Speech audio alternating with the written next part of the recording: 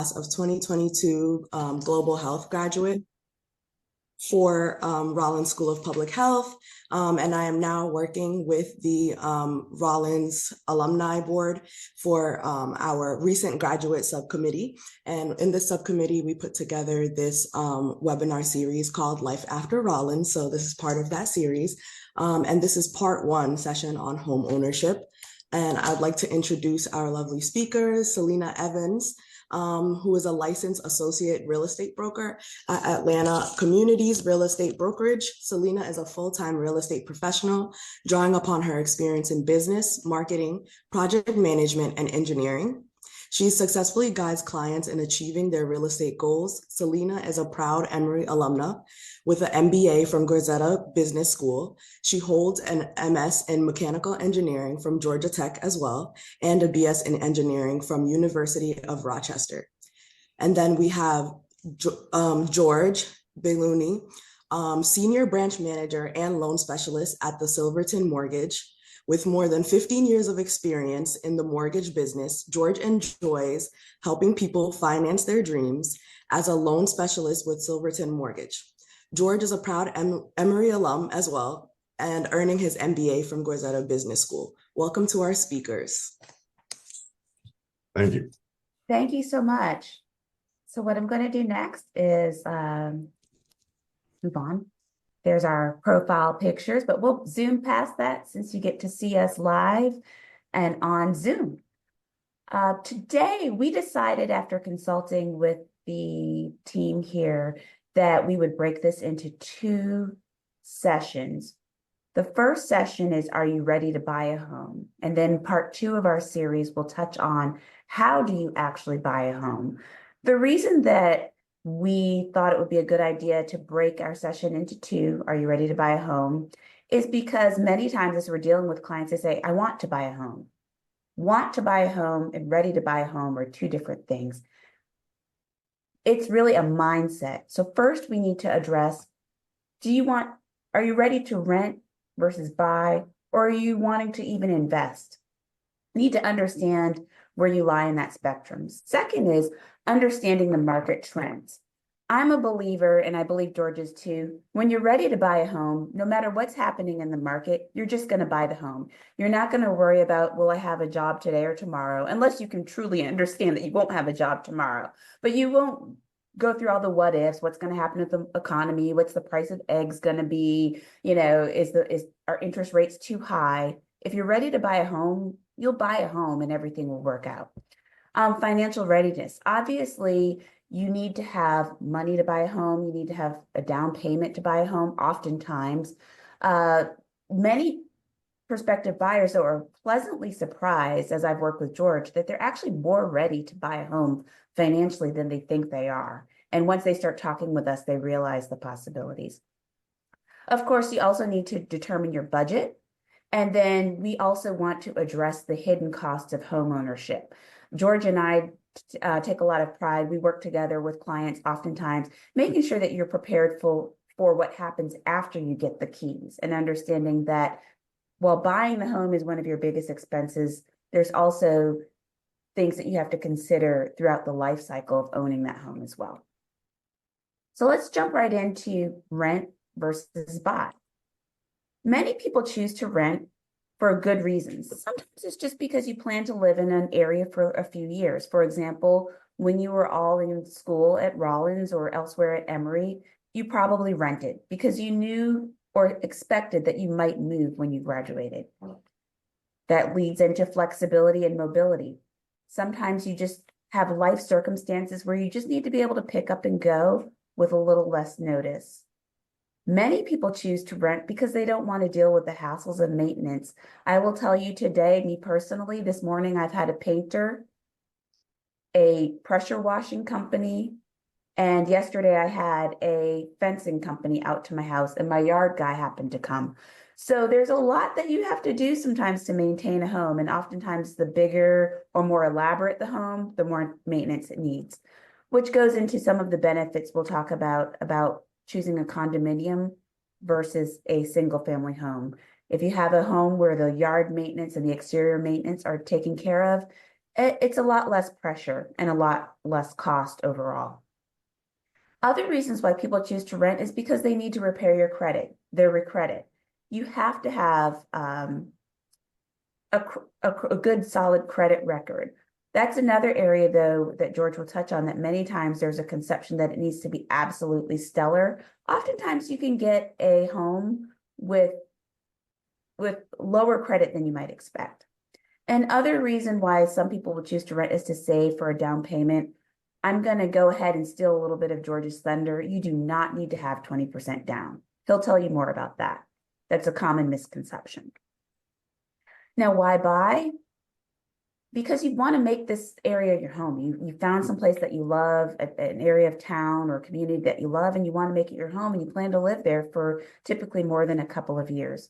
You want more space, privacy, and be able to customize. You want to be able to paint.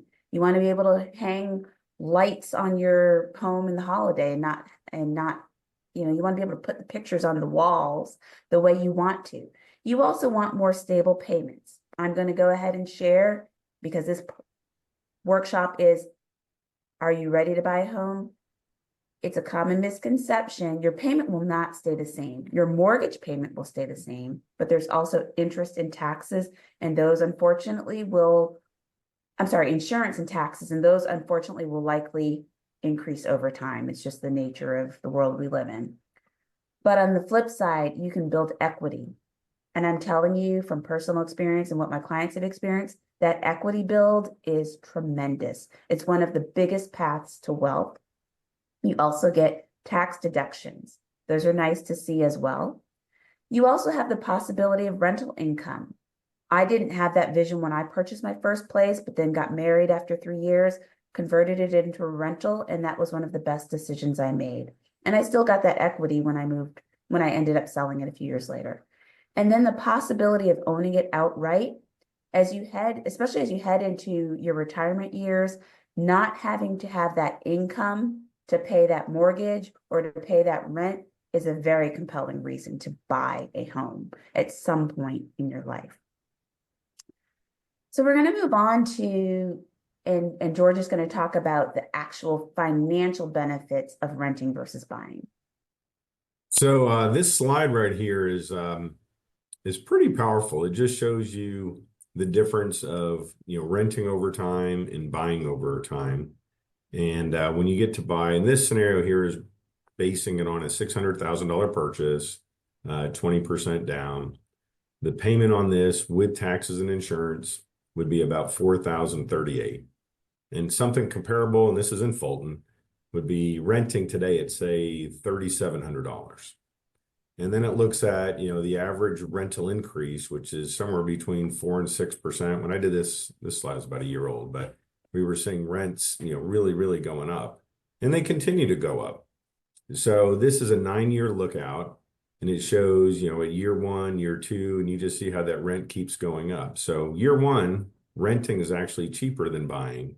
But by year 3, all of a sudden the rent starts becoming a little more expensive than purchasing. So one of the key points is, when you do buy a house, you are sort of locking in that payment. Now, Celena was right. The taxes could go up. They probably will as your house goes up, but that's a good thing. Insurance, you just look around all the different natural disasters happening. The insurance costs, not just on the house, but on your car, anything you insure is going up. So those things probably will, but at least you get the big part of the payment. It's going to be locked in. Now, it's so funny. I was just saying, I did this about a year ago. The interest rate a year ago is 6.75. Today, we're like right at it still. So we do feel rates will be going down sometime in the future, but right now they're still a little bit elevated, still lower than historically. Historically, the 30-year fix is closer to 7 3/4. A lot of times people say, oh, the rates are so high. And we've just got used to them being so low over the last 10, 15 years.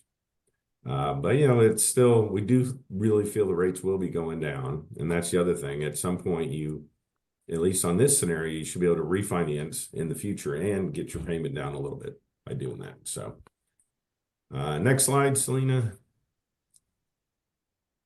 Okay. Just quickly, George, do you mind just elaborating a little bit on what the 30-year fix is? Sure, sure, sure. So a 30-year fix is a 30-year, it's a loan. It's probably the most common loan out there. It lasts for 30 years, just like it says. It's fixed. You'll have a principal and interest payment on that, so it fully amortizes over 30 years. And that piece of your mortgage will never change. So if your payment was $2,000 in 30 years, it'll still be $2,000 for that principal and interest part of it. There are other Thank you. kind of loans out there with different amortizations, like a 20-year and a 15-year, and then there's adjustables where the rates do fluctuate. But the 30-year fix is probably the most common, probably the safest loan you can get into because at least you can budget and not have to ever worry about that payment really changing. So, great question. Thank you. This next slide, and this just sort of relates to buying versus renting. And every time I see this, it sort of blows my mind. But when you look at all the people in the United States, the people that own real estate, that own their house, versus people that rent, historically, there's people that just rent always. This is what the net worth looks like for the difference of the people. So if you do nothing other than just paying your mortgage, your house is growing. You're gaining equity. And it's, this one is almost $400,000 to $10,000. So it's like a 40-time difference in net worth. And so it's really big. And, Celena and I are both big advocates of owning a house, and the sooner you can do it. A lot of times people right now are saying, well, I'm going to wait for the rates to go down. Well, when they go down, there's going to be a big fury of buying activity, and a lot more people start getting back into it. And that's just going to push the prices up even higher. So great time to buy now. Yeah. So now we're going to talk about some of the market trends. So when you look at the breakdown of who's buying homes, it is true that it is more expensive to buy a home than it used to be, for example, when I bought a home. So the average age of a home buyer these days, is like many people aren't buying a home until they're in their mid to late 30s. Very few are purchasing it right after they graduate school, but that's okay. That's okay.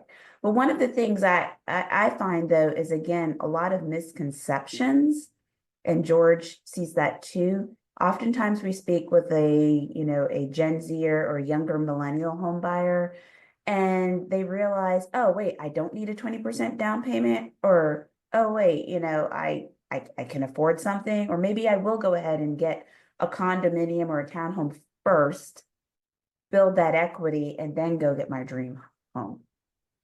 So, for any of you out there who feel like, oh, I'm late buying a home, you're really not. But again, the key is just to speak with professionals, and we can help you find a path to purchase a home if that's something that you want to do. The next thing I want to share is the median price of existing homes. This chart only goes back the past 4 years. However, historically, I probably really should have included that over the past 80 years. The price of homes has increased consistently, all except for 2 time periods in the past 80 years. One was the Great Depression, and then the other one was in the 2010 time frame where we had the Great Housing Crisis. It really wasn't a true recession. It was a recession caused by the housing crisis. But what you see here is that real estate is cyclical. So many times when it becomes spring, it starts getting warmer, people are paying their taxes, they think, oh, wow, I'm going to buy a house. When in actuality, the best time to buy a house, if you want to get a deal, is going to be later in the year, right after school begins, September, October, November, December. And if you wait till the next year, you're going to pay more, and then it tapers off again. You wait till the next year, you're going to pay a little bit more. Although this year was a little bit of an anomaly in 2023, but that was because rates jumped up, right, George? Yep. Yeah. That was when rates jumped up, and then tapered off again, and then look at how much it jumped up again. So caught right back up. So median home price nationally, because I understand that people are, on this call nationally, currently is at about $398,000, so right around $400,000. And in Metro Atlanta, it's slightly higher than that and continues to increase, largely because Atlanta is still considered an affordable market. I'm going to move on to the Housing Affordability Index and just share that it is true that in order to purchase a home, it's costing you more. It's becoming less and less affordable, so to speak.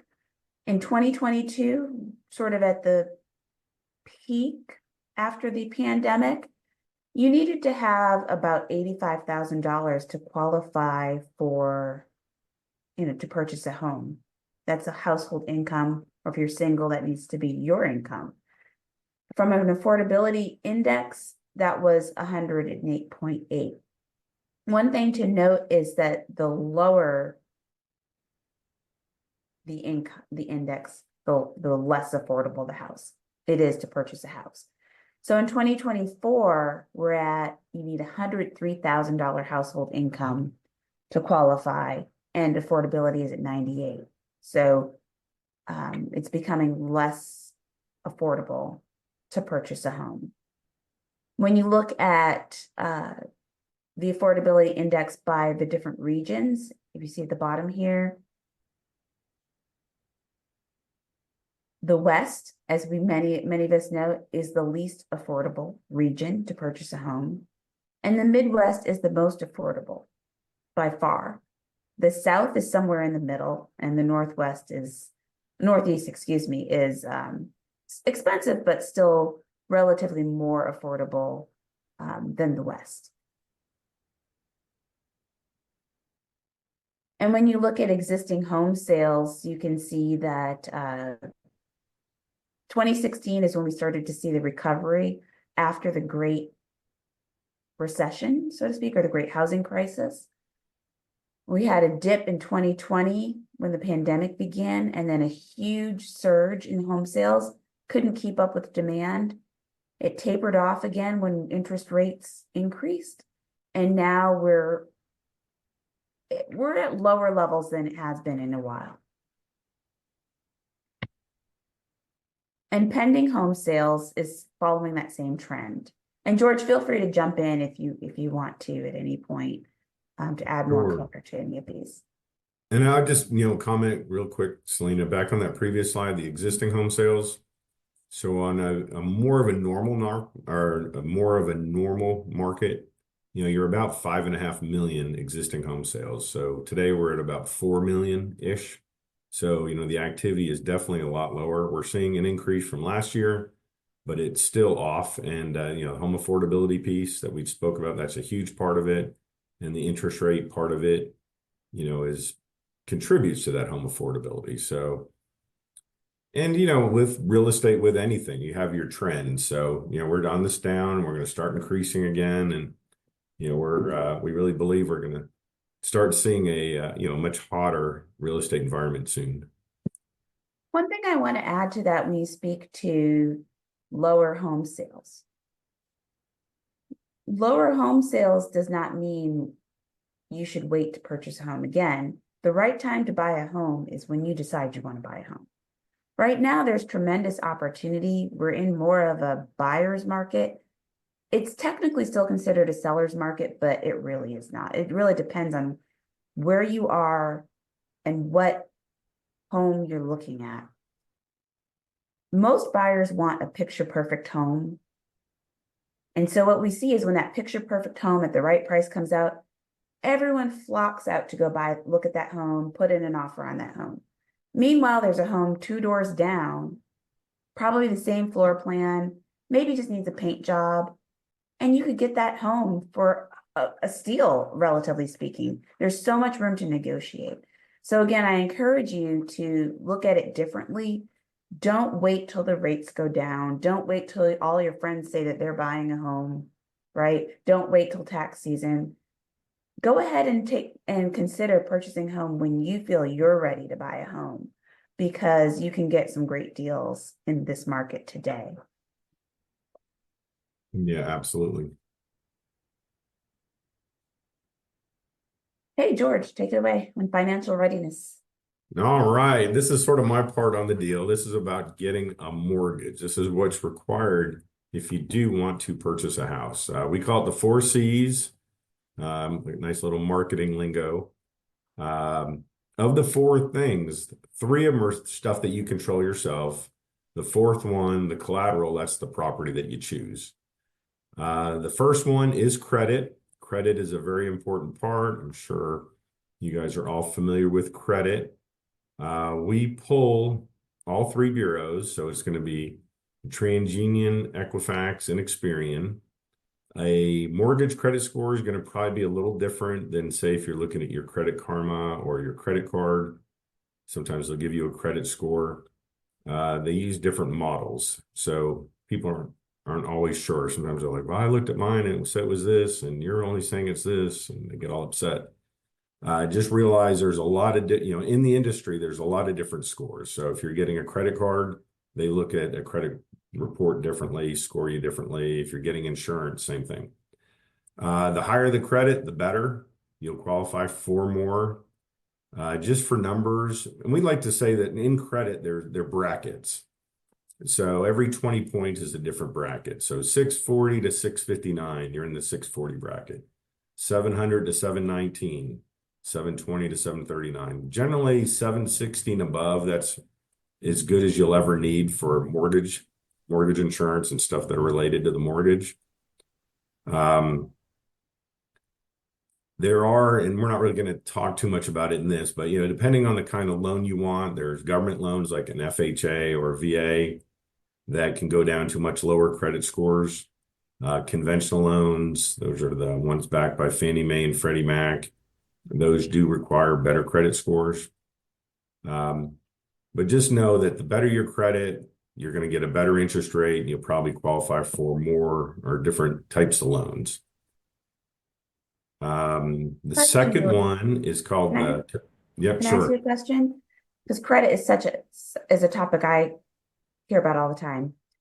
First of all, from your perspective, what credit score, do you need to even really have a meaningful dialogue and get pre-approved? Is there a minimum?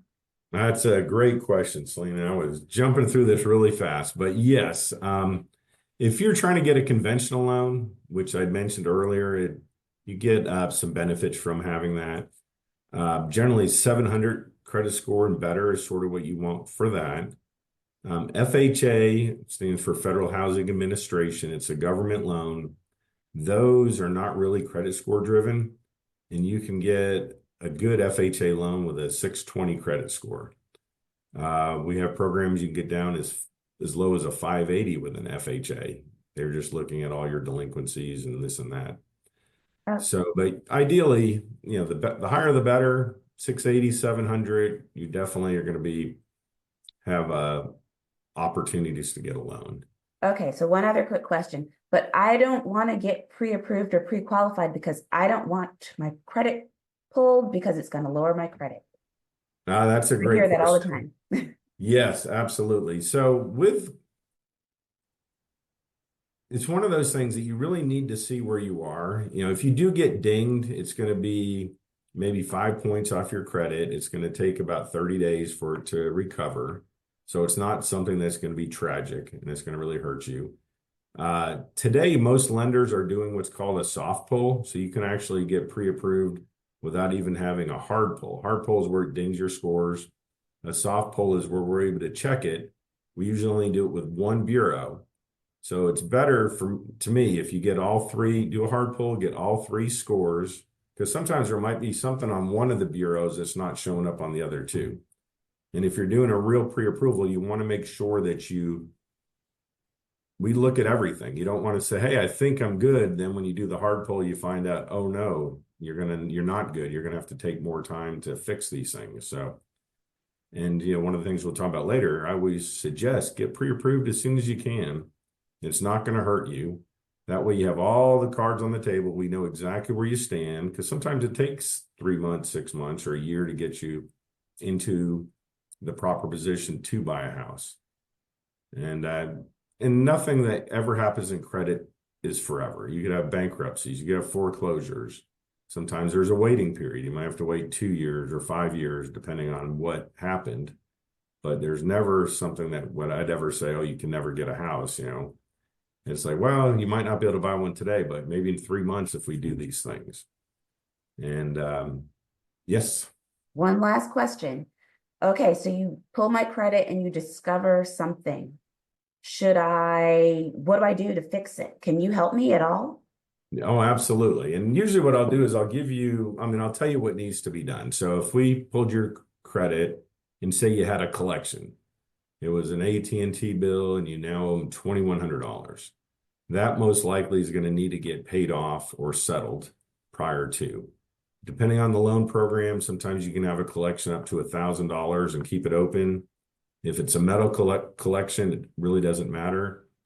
But if there are things on there, and the other part too, you know, one is you can usually work with the creditor and negotiate instead of having to pay $2,100, you probably get away with $1,000 or who knows. But you'd want to get that taken care of. And when you do have collections, they're negatively impacting your scores every month. They're hurting you by having that. So at some point, you're going to want to get that resolved because it will help your scores. And then the other thing too, Celena, like if we pulled your scores and you were at a 650, part of it, when we do pull a score, it'll show you potential scores if you were to do something to your credit. And usually it's paying down credit cards. And a lot of times we can see improvements 20, 30, 100 points just by paying down some money on credit cards. That's like one of the biggest things. And anytime you go over 50% of your total credit limit, it really starts to hurt your credit scores. And that's usually like one of the biggest things we say, hey, if you can, you know, pay some of this stuff down and you'll be in a much better spot. And the reason I ask that question is because so many times I get prospective buyers who learn that their credit maybe needs some improving. And I just want to underscore that the lender should be your first guide in how to improve it. You might think, oh, I should pay off this $10,000 bill, when actually maybe there's a smaller bill that you could pay off that will improve your credit score more. And the lender has those tools to help you determine what to prioritize to optimize your score. No, exactly. And you know, sometimes people think, hey, I'm going to pay off my car. It's $15,000. And it's like that does nothing to your credit score. It's an installment loan. If you pay it off, it doesn't matter. Mm-hmm. It's the revolving stuff that really makes the big differences, or collections or other things, or sometimes opening up a new credit card. But you know, I would definitely suggest, you know, if you're thinking of buying a house in the next year, that you start talking to a lender, you start going through, you know, your particular situation, because everyone's situation is a little bit different. And, you know, once you really can put your, like I like to say, the cards on the table, then we can know what we're dealing with and come up with the best solution for you. Okay, thank you. So that was credit. So that's number one. Number two is capacity to repay, or your income. So having a job, that's really important, or having some source of income. So if it's not a job, if you're getting retirement, Social Security, you get some sort of pension, you get some sort of annuity, royalties, anything that's going to be recurring that we can document that'll recur for at least 3 years. So that's sort of the kind of thing. So somebody has a job and it's going to be ending in a year, you know, that probably won't work. And when lenders do validate it, you know, there's a lot of different kind of income. Usually we're looking for, if someone's salaried or working for somebody, you know, we need a W-2 and 2 pay stubs, or a month worth of pay stubs. You know, pretty easy. If somebody's getting distributions from retirements or Social Security or different kinds of income, you know, you're going to have to look at different stuff to be able to determine how much income we can use from those different sources. Self-employed is a big one. Sometimes people like Celena, she's self-employed. She gets a 1099 from her company at the end of the year. Then she can write off whatever her business expenses are, and then you end up with a net income, and that's what we would qualify her on. People sometimes have big businesses, so corporation, you know, when they incorporate, Rental property is another one. If you have property that you're renting, we can use some of the income from that. So lot to do with the income. It's a very important part. It's one of the things, after the mortgage meltdown back in 2008, 2009, they came out with a term called the ability to repay, ATR. And that's one thing that every lender has to really document thoroughly to make sure that the person can qualify for the mortgage, qualify meaning that they can make those payments. Okay, so George, what about all the recent graduates who are on this call? Maybe Yes. maybe they're about to graduate, maybe they just graduated a year or two ago. Do you mean they can't buy a home?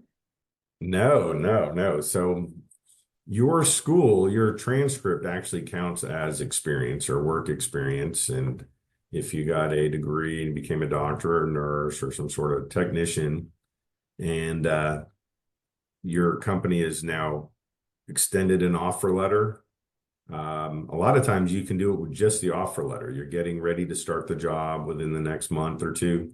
We can use that offer letter. The offer letter, just say it's $85,000 a year. We'd be able to qualify you on that. If you just started working, we're just going to want to see a pay stub.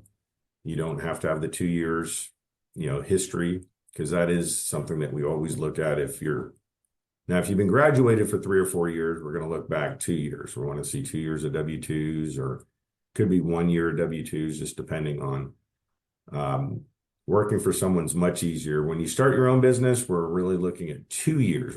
So if you just got out and you started your own practice, you're going to probably need to do that for 2 years before we could get that personal loan. But most people that go out and work for hospitals or doctors, or, you'd be able to get a loan, or at least the income piece wouldn't keep you from getting a loan.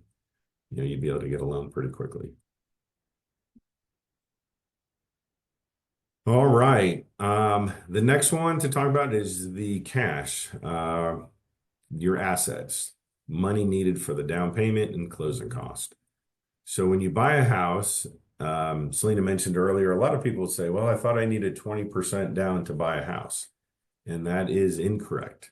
There are a lot of loan programs out there where you can get it for 5% down, 3% down. There's some programs, 100% financing. So there's a lot of different things out there. Each county has some grant programs depending on price points and income. So there's a lot of things to look at. Being a first-time home buyer, there are some first-time home buyer programs. Let me just say this. If you are making a lot of money and you're looking to buy an expensive home, a lot of times those first-time home buyer programs are not available. They are capped at 80,000 annual income, 100,000, 120, depending on the kinds. Some don't have caps, but and then especially the first-time homebuyer programs really are trying to help people with the down payment piece. So if you've saved up a lot of money to put down, you're sort of negating the first-time homebuyer. There's one out there called the Georgia Dream. You just need $1,000, and then between the grants and what the seller can pay, you wouldn't really need anything other than $1,000 to be able to buy the house, but your income can't exceed 100 and something $1,000.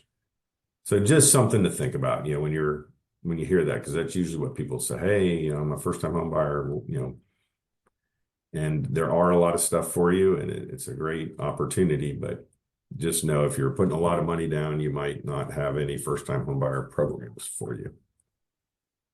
The assets can come from lots of different places. The best ones, if you've saved up your own money, we just need to show 2 months of bank statements. So you had your down payment. And let me just step back. What you do need to close is the down payment. So just say it's a $300,000 house and you're putting 5% down. So that'd be $15,000 for the down payment. And then you're going to have on top of that closing cost. And there are 2 parts to closing costs. There's the one-time closing cost. That would be the attorney fee, the lender fee. The state of Georgia charges taxes. There's title insurance. On a $300,000 house, with 5% down. Let's just say it's 75, let's say $7,000. And it all depends on the attorney you use, there's different costs depending on how much you're putting down and this and that. But let's just say 7,000 one-time closing cost. And then there's the second part of closing costs. They're called prepays. And that's the money needed for your taxes and insurance. So when you close on a house, you're going to need to buy a 1-year insurance policy at the time of closing. And let's say that's $1,800. And then say a $300,000 house, the taxes on that are $3,000, usually somewhere about 1%, 1.25% of the value of the house. So that's $3,200 in prepays. And then depending on the day that you close, if you close in the middle of the month, we're going to collect, say, 15 days of interest. So altogether, you might be looking at around $10,000, $11,000 in closing costs. So you need the 15,000 and the 11, so you need $26,000.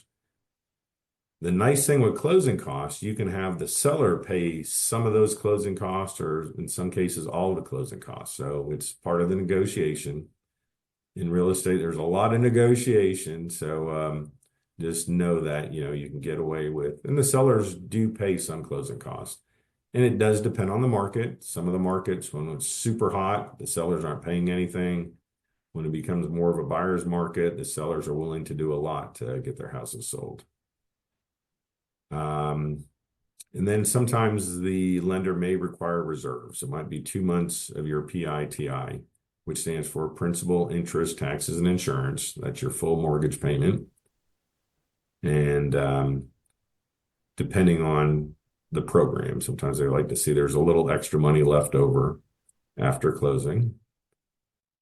And then lastly, the collateral, that's the property itself. And the property needs to be in a decent condition. So when the lender, they're going to get an appraisal, and the appraiser is going to determine the value of the house, and they're also going to determine the quality of the house and the condition of the house. And if the property starts getting in need of a lot of repairs, they're probably going to want to see some of that done. So if there's a leaky roof, or the roof looks like it's about to fall apart, or if there's exposed, safety issues, exposed wires, certain loans require handrails.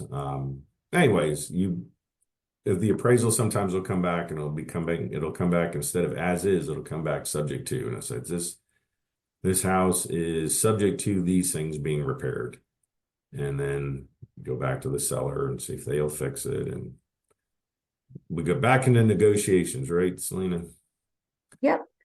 And have to deal with that. So, but that's pretty much what's needed to get you qualified. So we go through that. You meet the debt to income ratio, which is your income versus your debts. You got good credit. You got the cash for down, for your down payment, closing cost. Then as a lender, we would be able to give you what's called a pre-approval letter, which would allow you then to go out and start shopping for a house. And if you're not ready to start shopping for a house, at least you know that you would be able to do it. And sometimes you might not be able to, or you might be close to, you might say, well, I really need to buy a house that costs this much, and you really only qualify for this much. And, sometimes just eliminating debt, or maybe bringing someone else, adding someone to the loan, could come up with that. So there's a lot that goes into getting the pre-approval done. Just a quick question sorry to interrupt, Celena.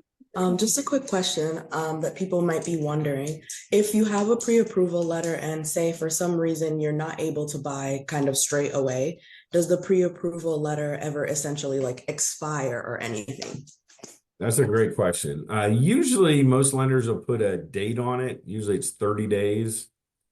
For the most part, as long as things don't really change in your situation, you're keeping the same job, you're paying your bills, your credit scores haven't dropped, you still have the same amount of money, that score or that pre-approval can easily be updated.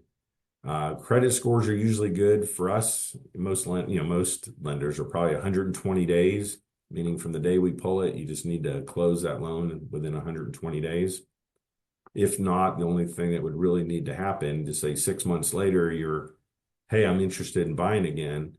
we just need to re-pull your credit, make sure the credit's still good, and update your income docs, but that pre-approval basically is still intact. As long as you haven't done anything, you quit your job, change jobs, or something that would require really re-looking at the loan. So in the interest of time, George, you've already touched on how much down payment and down payment assistance programs. Can you focus in on, again, in the interest of time, just some sources of down payment that the participants may not have considered, and then we'll move on. Okay, great. So down payments, usually if it's your own money, it's in your savings account, checking account, very easy to use. Gifts are probably one of the biggest, probably the second source of getting money. That's when a family member is willing to give you some money. It's usually mother or father trying to help their children. They'll gift them, whatever, down payment, closing cost. It's usually fairly easy to document. We just have a gift letter, have the money wired directly over to the other person. If you're thinking of getting a gift, it's usually better to hold off until you talk to a lender, because you can really, it's very easy to document if you do it a certain way. And if you don't do it a certain way, then it gets really ugly and you're having to get a lot more paperwork than what was needed. 401k, a lot of times you have to check with your 401k provider, but a lot of times they'll let you liquidate if you're buying your first house. 401ks, also, if you have a decent amount in there, you can borrow up to $50,000. It's usually 50% of whatever you have in there. So if you had 100,000, you could borrow $50,000. There is interest, but it's interest you're paying to yourself. So it's probably the coolest loan you'll get. And that, because you're borrowing money from yourself, it doesn't get counted against your debt to income. So that's a great way of using the 401k. And then lastly, there are grants out there, depending, again, the different loan programs and where, different communities, or could be grants that could help you with that down payment. So let's talk briefly about determining your budget.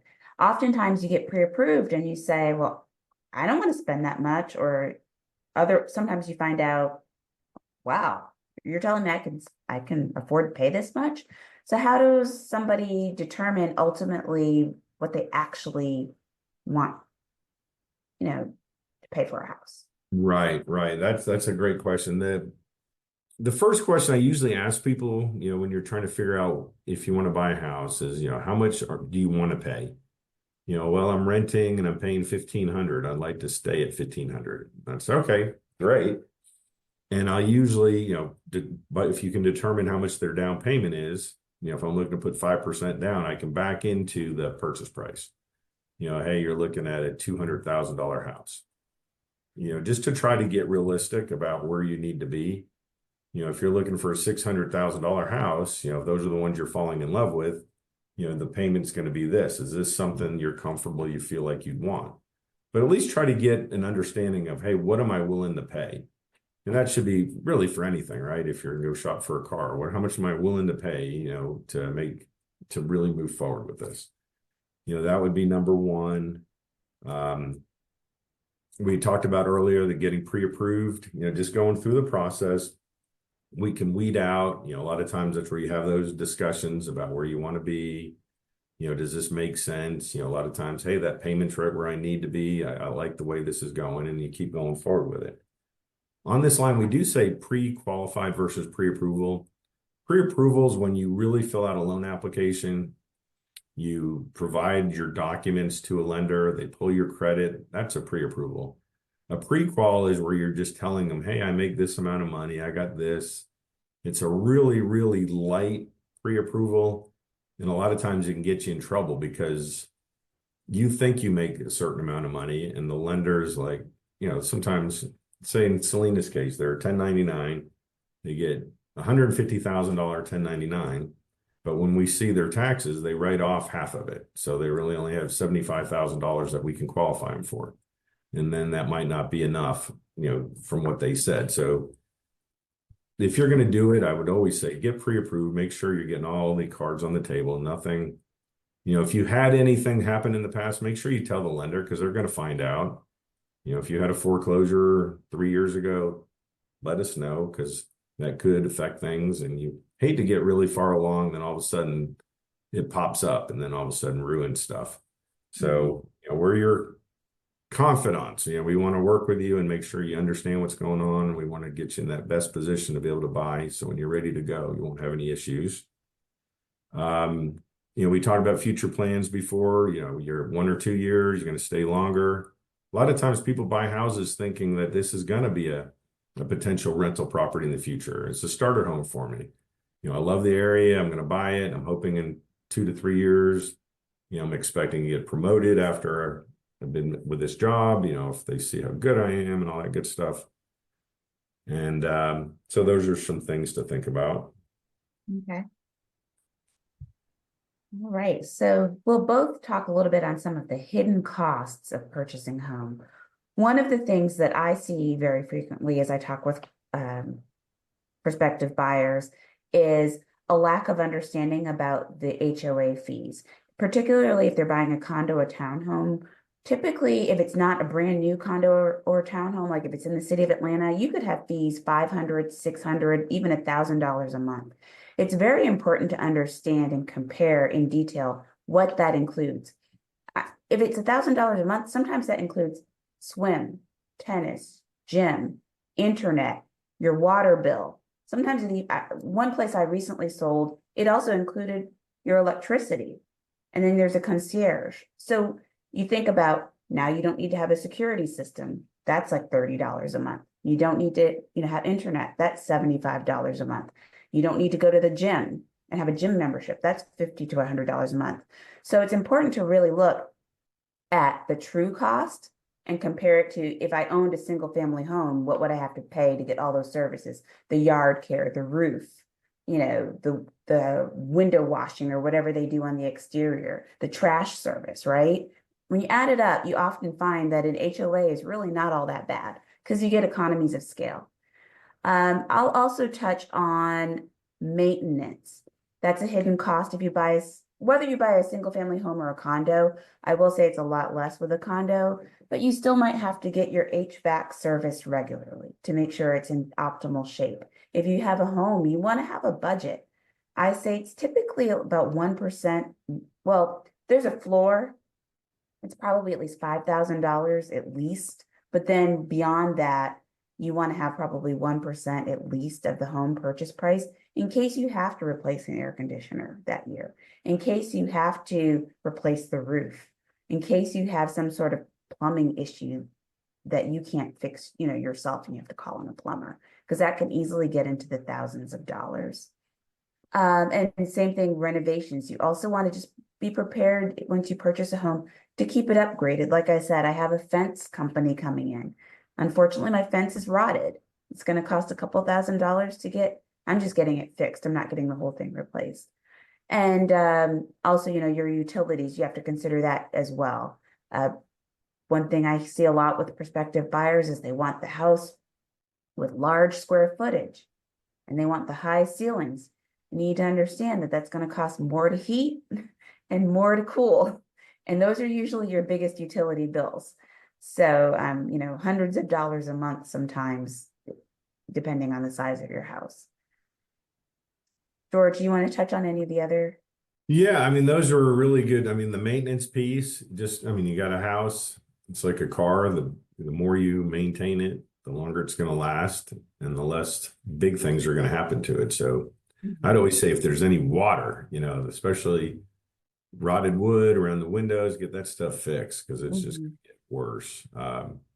There's interest, and they put in here, mortgage interest, that's part of your mortgage. So you sort of already known that, and when you do get homeowners insurance, a lot of times people have never had that before. If you're a first-time home buyer, make sure you talk to your agent, really understand what's covered and what's not covered and what deductibles are for different things. Because a lot of times if there's riders, they can add stuff to it when you figure out that that's not included. Sometimes they're trying to get you on this lower price and you're like, well, what about my deductible? What happens if there's a water leak?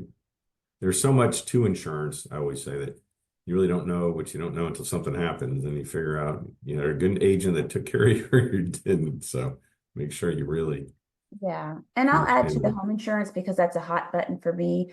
Make sure that you understand that homeowners insurance really should be used for catastrophic situations. Unfortunately, the insurance industry is getting slammed with, the fires in California and the situation chronically in Florida with hurricanes, that everyone's premiums are increasing. So once you file a claim, you can expect your insurance to increase. So if your refrigerator went out and you lost $500 worth of groceries, you really need to think carefully about filing a claim. You want to use it for things like the fire, a tree falling on your house, things that are truly beyond your control. Also, I want to add too that property tax. One of the best ways to save money on your taxes is to make sure you file a homestead exemption. Most agents will follow up with you at the start of the year to tell you that you have between January 1st and March 31st to file for a homestead exemption, a great way to save money on your property taxes. I think that's about it as far as the hidden costs. yep. Okay. So now I just want to briefly touch on, because we're almost done with our session, just the typical timeline. George touched on it earlier.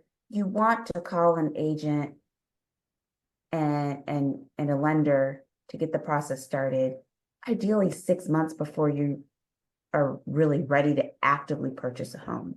The active purchase process can take as little as 30 days or typically as much as 90. Beyond that, I find that if it's more than 90 days, it's a really uncertain buyer. And with buyers like that, I recommend, you can always engage with a lender or real estate agent, but you're going to want to go out and do things like open houses and do drive-bys if you're really not sure where you want to live or what type of home you want to purchase.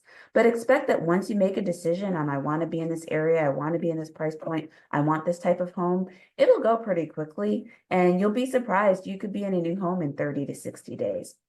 The key first step, again, is not to set up a Zillow search. It's to partner with an agent and partner with a lender. We have so much knowledge that can help you cut through the clutter and make good decisions, because you have to make good decisions fairly quickly in this process. We can help you understand all your options, and ultimately we're going to help you save money or maximize your spend. We're going to go into more detail about all of this in our next session, as far as finding your home, making offers, what it's like to be under contract, and what it's like to actually go through the closing process. So with that, I just want to quickly say again, expert advice. You need a team, and you should work with us 4 to 6 months or whoever you choose before you plan to buy, at least. Do your homework. A lot of that is doing your homework and finding the right team. Find people who you feel comfortable working with, who have a good reputation, that you feel like you can trust, because trust is a big factor. Another thing is, right now it's a balanced market. You have choices, but you still need to be strategic. Otherwise, you're going to be all over the place. I will say also, do not try to over leverage technology. You cannot replace, at this point, me and George. I had a client recently who said, okay, I want to purchase a new construction home. I went through ChatGPT and I want you to use this to help negotiate. And I said 2 things that blew his mind that only I knew. And it was, this is not how a new construction builder, what they're valuing or what they're looking for. And that's not going to work. 1, you haven't sold your house yet, so you have very little leverage. And 2, they just want to move the house. They're not going to go back in and remodel the house for you before selling it when it's an existing inventory home.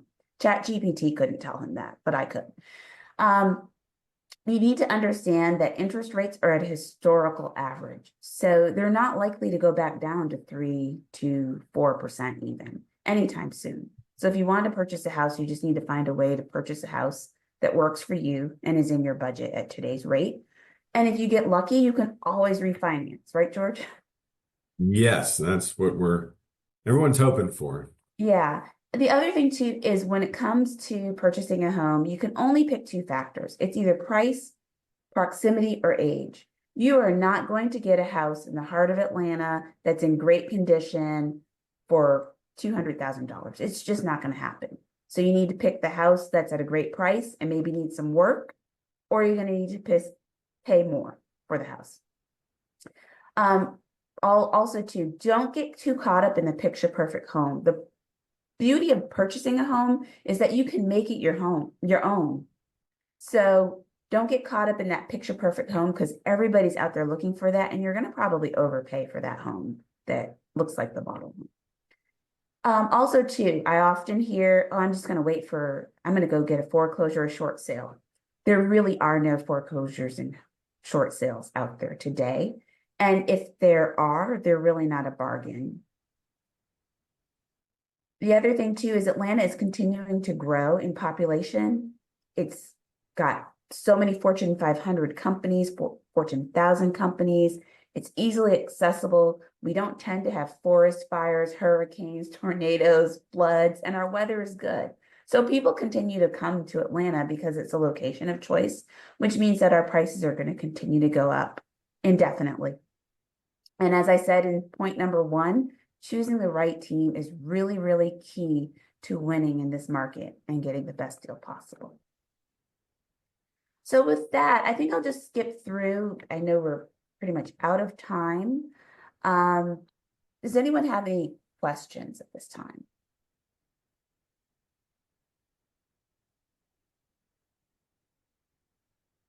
Are we able to take questions from the audience? Yes. Okay. I have a question. George, you mentioned about borrowing against a 401k for down payments. Are there tax implications or penalties for doing that? I know you said you're really borrowing against yourself, but Yeah, there really shouldn't be anything, Michelle. It's your Okay. money.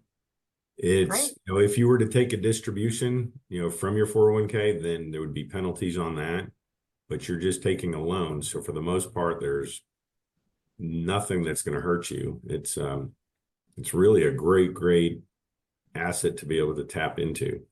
Not all 401ks do let you. So if you do have one, you want to talk to the administrator and see if they do have that option, but it is a great option if you can use it. Excellent. Thank you. Sure. And then I just say, on the next session, we were going to talk about different things and going over some of the loan programs. We didn't really get to touch much on that today, but there are a lot of different loan programs that are very exciting. So That's something that I didn't know before I became a real estate agent. It's actually pretty impressive how many different loan options there are. And again, that's the benefit of working with a really knowledgeable lender. And really, that's the most important step. If you decide you want to purchase a house and then shop for a loan and have 24 to 48 hours to get the loan, you're gonna end up probably overpaying or not getting the best deal. Oh, and then just lastly, if you guys want to talk to either Celena or myself, please feel free to reach out. We are available, and like I said, Celena will take awesome care of you. She knows everything about real estate, and it really comes down to negotiating and things. People think they can do it on their own, and if you've not done it and know how to read the contracts and how to write the proper contracts, you get yourself in trouble really fast. Mm-hmm. Well, thank you to our speakers, and we look forward to session 2. Thanks for having us. Thank you. Bye. Bye-bye. Bye.